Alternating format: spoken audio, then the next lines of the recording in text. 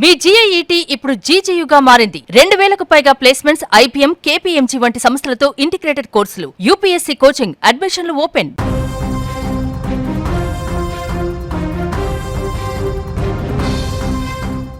ఐదు రోజులవుతుంది, ఇంకా ఆ 2 ఏళ్ల చిన్నారి జ్ఞానేశ్వరి ఆచూకీ లభించట్లేదు. ఒక పెద్ద మిస్టరీగా మారింది. అసలు ఆ పాప ఎక్కడికి వెళ్ళింది? 2 సంవత్సరాల పాప బుడిబుడి అడుగులు వేస్తూ ఆ తోటలో పరిగెత్తుకుంటూ వెళ్ళినటువంటి ఆ చిన్న పాప శనివారం రోజు మిస్ అయిపోయింది. ఇప్పటికీ స్టిల్ 5 రోజులు కావస్తున్న ఎలాంటి ఆచూకీ కూడా. అదేదో దట్టమైన నల్లమల్ల ఫారెస్ట్ కాదు, లేకుంటే భారీ క్రౌడు తప్పిపోయినటువంటి ప్రాంతం కూడా కాదు. ఒక తోట, సుమారు 400-500 ఎకరాలు లేకుంటే అంతకు మించినటువంటి ఎంటీ ప్లేస్తో కూడుకున్నటువంటి చెట్లతో ఉన్నటువంటి ఒక ప్రాంతం. ఫారెస్ట్, డీప్ ఫారెస్ట్ కాకపోయినా కొంత ఫారెస్ట్ లాగా ఉండేటువంటి వాతావరణం. అక్కడ సీసీ కెమెరాల పర్యవేక్షణ కూడా ఉంది. సీసీ కెమెరాలో కూడా రికార్డ్ అయ్యే మనం చూస్తున్నాం. అక్కడ చివరిసారిగా కనిపించిన పాప దృశ్యాలు. అక్కడ నడుచుకుంటూ బుడిబుడి అడుగులు వేసుకుంటూ తన తండ్రి వెనకాల పరుగులు పెట్టినటువంటి ఆ పాప ఒక్కసారిగా అక్కడ మాయమైపోయింది. అప్పటి నుంచి వెతుకుతున్నా, ఇంకా దొరకట్లేదు.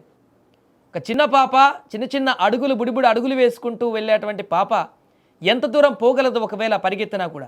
ఎటు చూసినా కూడా ఆ కొండ పక్కన కొండ ఉంది. ఆ కొండ కూడా మొత్తం ఫెన్సింగ్ ఉందంట. ఆ ఫెన్సింగ్ దాటేటువంటి అవకాశం కూడా లేదు.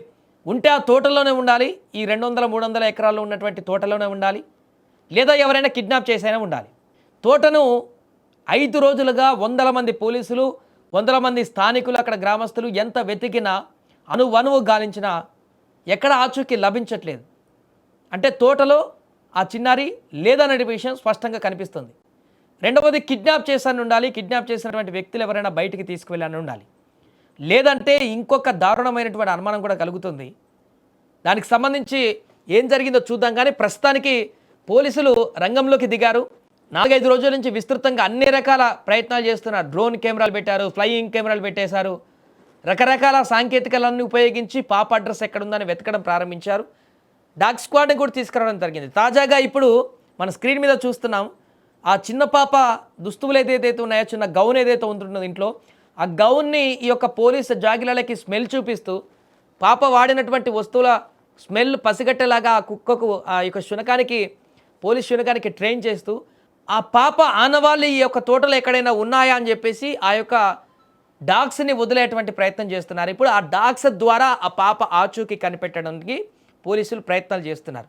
ఎందుకంటే అణువణువు ఎంత వెతికినా కూడా పోలీసులకి ఎక్కడ కూడా ఆచూకీ లభించలేదు. కాబట్టి శునకాలకు వాటికి వాసన పసిగట్టేటువంటి శక్తి చాలా ఎక్కువగా ఉంటుంది. కాబట్టి ముఖ్యంగా ఇలాంటి ట్రైన్డ్ డాగ్స్కి, పోలీసు ట్రైన్డ్ డాగ్స్కి ఖచ్చితంగా అక్యురేస్ తోటి అవి ఎంత దూరంలో ఉన్నా, ఎక్కడున్నా కూడా స్మెల్ చూసి పసిగట్టగలవు. కాబట్టి ఆ పాప గౌన్ తోటి ఆ గౌన్ని ఆ యొక్క డాగ్కి స్మెల్ చూపించి, ఆ డాగ్ని ఆ యొక్క తోటలో పాప ఎక్కడైతే గల్లంత అయిందో ఆ ప్రదేశం నుంచి మొత్తం తోటలో ఆ యొక్క డాగ్స్ని వదిలిపెట్టి అది ఎక్కడికి తీసుకువెళ్తుందో దాని వెనక ఇప్పుడు పోలీసులు పరిగెడుతూ ఆనవాళ్ళని గుర్తించడానికి, పాప ఎక్కడ ఉందో అనేటువంటి ఆ ప్రాంతాల, అనుమానాస్పద ప్రాంతాలని కనిపెట్టడానికి ఇప్పుడు పోలీసులు సరికొత్త ప్లాన్ని రూపొందించారు. ఇప్పుడు ఆ రకంగా అక్కడ సెర్చ్ కొనసాగుతుంది. ప్రస్తుతానికి పోలీసు జాగిలాలతో విస్తృతంగా ఈ యొక్క గాలింపు చర్యలు కొనసాగిస్తున్నారు.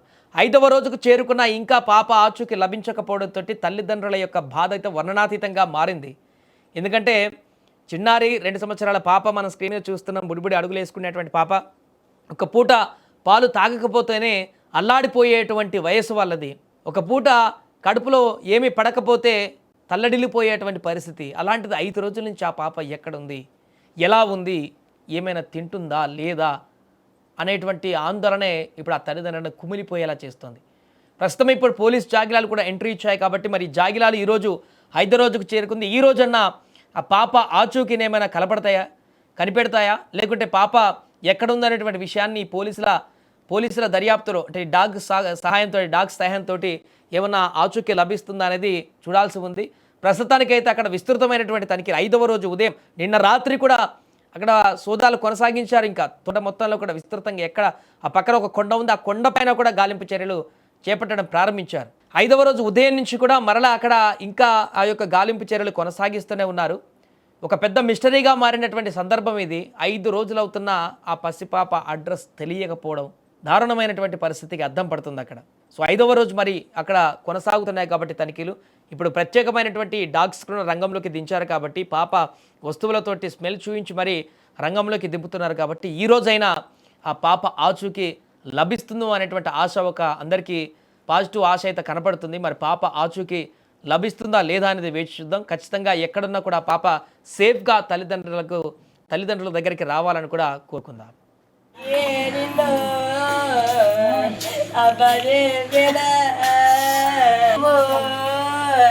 పెద్ద పెద్దలకు నీకోసం గనము కబడి గుండిగో కబడి రయము